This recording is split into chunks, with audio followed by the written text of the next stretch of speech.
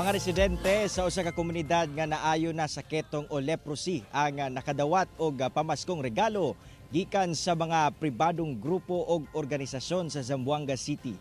Dugang detalye sa report ni Efren Mamak.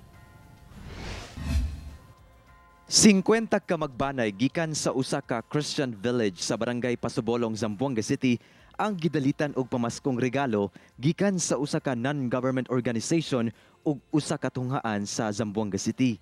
Ang mga benepisyaryo gikan sa usa ka komunidad nga naapektuhan kaniadto sa ketong o leprosy. Nakadawat sila og bugas, canned goods ug noodles. Si Alberto Bartabal, 67 anyos, gikalipay ang pamaskong nga nadawat. Upad katuig kuno siya nag-antos sa maong sakit una na ayo. Isod kaayo kay parang nawala ang among kwan. Nawala ra ko sa kalibutan. Mura na ako patay ka buhi. Nag-itom ako, nagdakong dalunggan, nagdakong ilong. Para akong demonyo, mahadlo ko magtanas akong kagalingon sa salamin. Pasalamat ako sa Ginoo.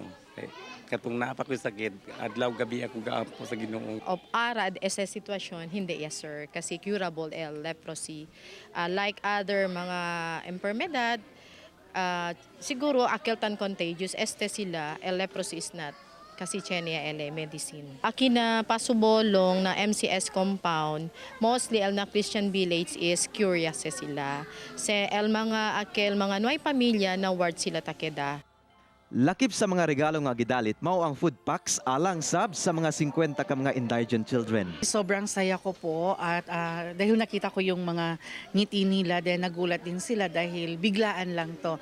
So it's a short time of lang talaga na preparation. Saya-saya nila. So all they thought na nakalimutan namin sila.